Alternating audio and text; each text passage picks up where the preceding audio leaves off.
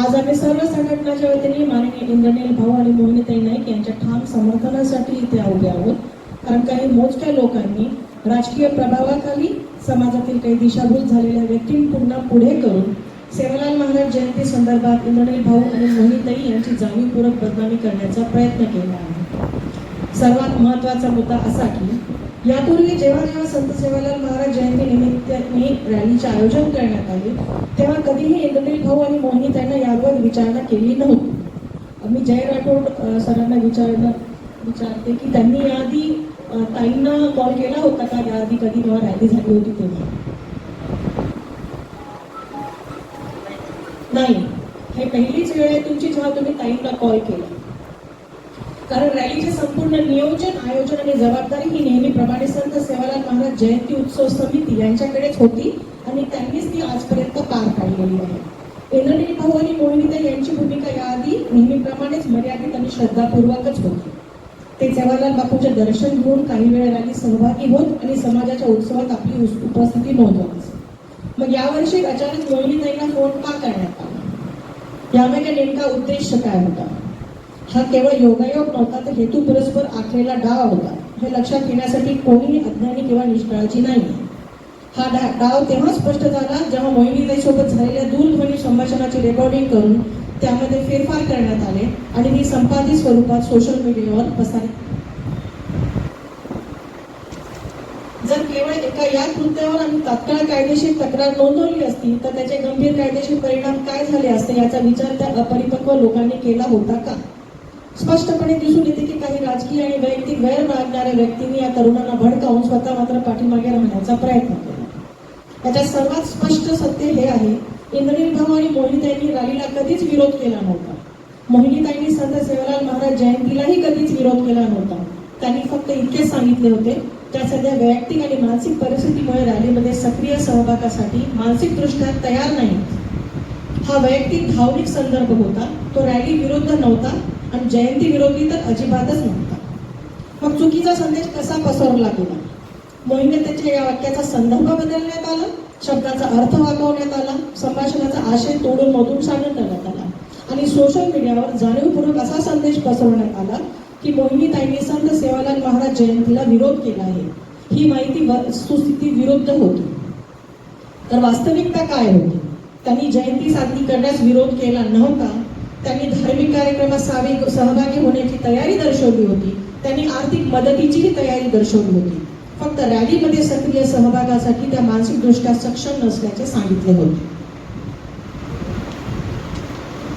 त्यामुळे वैयक्तिक मानसिक स्थितीचे विधान हे धार्मिक विरोध म्हणून सादर करणे ही चुकीची, दिशाभूल करणारी, हेतू परस्पर पसरवलेली माहिती होती.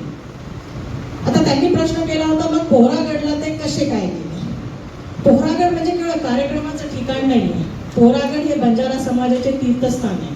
ते श्रद्धेचं केंद्र आहे. ते ओळखीचं प्रतीक आहे. तिथे जाणे म्हणजे राजकीय उपस्थिती नाही तर आध्यात्मिक कर्तव्यही आहे. तिथे जाऊन दर्शन घेणे, पूजा करणे ही वैयक्तिक श्रद्धेची बाब आहे. यावर प्रश्नचिन्ह उपस्थित करणे योग्य नाही. दुसरी अत्यंत महत्वाची बाब, त्या दिवशी पोहरागड येथे माननीय मुख्यमंत्री साहेब देवेंद्र फडणवीसजी आणि माननीय उपमुख्यमंत्री साहेब एकनाथ शिंदेजी मुख्य प्रमुख पाहुणे म्हणून उपस्थित राहणार होते. प्रोटोकॉलची जबाबदारी त्या परिस्थितीत इंद्रनील भाऊ आणि मोहिनीताई यांची उपस्थिती ही केवळ वैयक्तिक निवड नव्हती तर अधिकृत जबाबदारी होती. प्रोटोकॉल हा पर्याय नसतो, तो नियम असतो.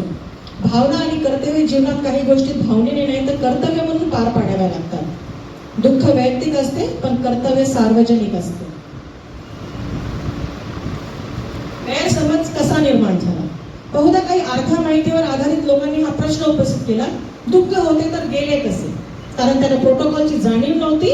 कर्तव्य निभावणे हे श्रद्धेला विरोध नसते तर उपस्थित राहणे हे भावनिक समितीचं मोजमाप नसते. वैयक्तिक दुःखाचा अपमान ह्या लोकांनी केला. अजितदादा पवार यांच्या दुःखद निधनामुळे इंद्रनील भाऊ आणि मोहिनीताई मानसिकदृष्ट्या अस्वस्थ होते. ते केवळ राजकीय नेते नव्हते तर वैयक्तिक स्तरावर आधारस्तंभ होते. अशा परिस्थितीतही भाऊंनी जागोजागी जाऊन पूजा केली, भोग अर्पण केले, विविध ठिकाणी धार्मिक पद्धतीने सहभाग घेतला. म्हणजेच त्यांनी जयंतीचा सन्मान राखला. परंतु अत्यंत दुर्दैवाने आता प्रश्न उपस्थित करण्यात आला, खरंच इतकं दुःख झालं होतं का? हा प्रश्न केवळ असंवेदनशील नाही तर मानवी भावनांचा अवमान करणारा आहे. दुःखाची तीव्रता मोजण्याचे कोणतेही मापदंड असतात का? एखाद्या व्यक्तीचा भावनिक वेदनेचा बाह्य प्रमाणपत्र देण्याचा अधिकार कोणाला आहे? दुःख वैयक्तिक असते, प्रत्येक व्यक्तीची सहनशक्ती वेगळी असते, प्रत्येकाच्या भावनिक पुनरुत्थानाचा कालावधीही वेगळा असतो. एखाद्या व्यक्तीच्या दुःखावर सार्वजनिक प्रश्नचिन्ह उपस्थित करणे हा केवळ सामाजिकदृष्ट्या अयोग्य नाही, तर परिस्थितीनुसार ते मानहानिकारक स्वरूप धारण करू शकते.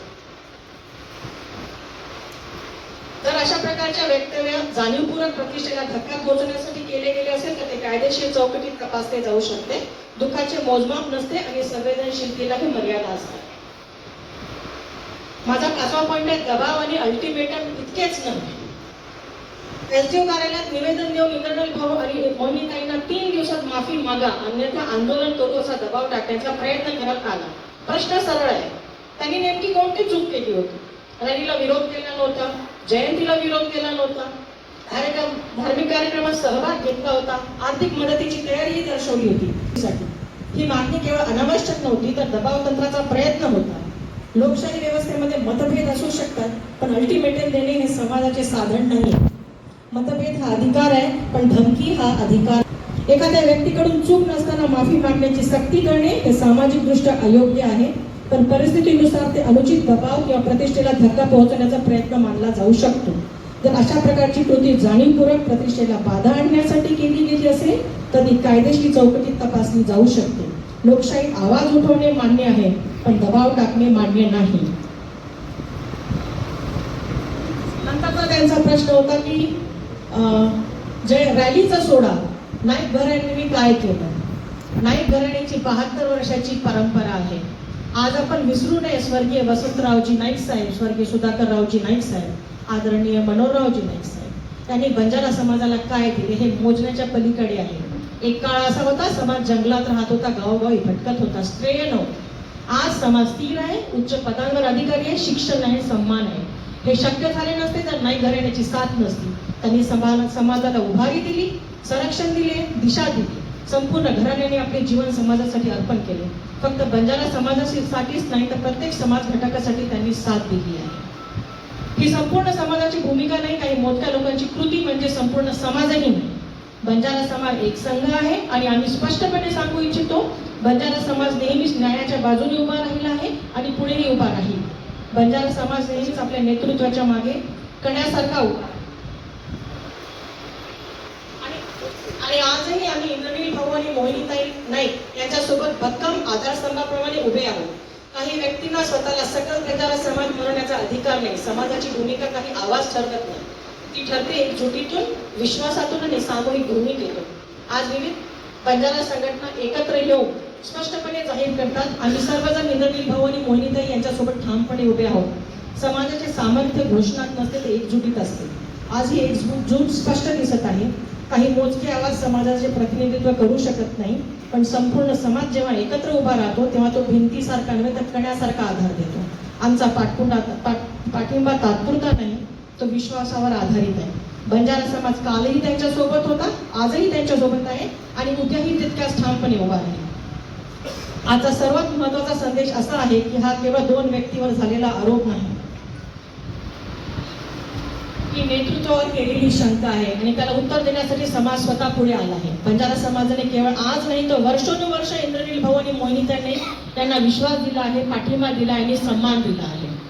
हा पाठिंबा व्यक्ती पातळीवर नाही तर मूल्यांवर आधारित आहे.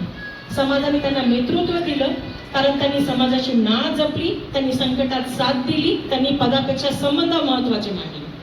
आज काही मोजक्या आवाजांना संभ्रम निर्माण करण्याचा प्रयत्न केला, पण समाज संभ्रमित झाला नाही. समाजाने परिस्थिती समजून घेतली, समाजाने सत्य ओळखले आणि म्हणूनच आज विविध संघटना स्वतः पुढे येऊन आपला ठाम पाठिंबा जाहीर करत आहे.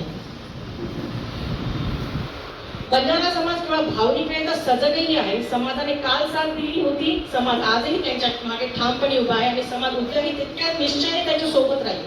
हा पाठिंबा व्यक्तीसाठी नाही तर त्या परंपरेसाठी आहे जिने समाजाला दिशा दिली आहे.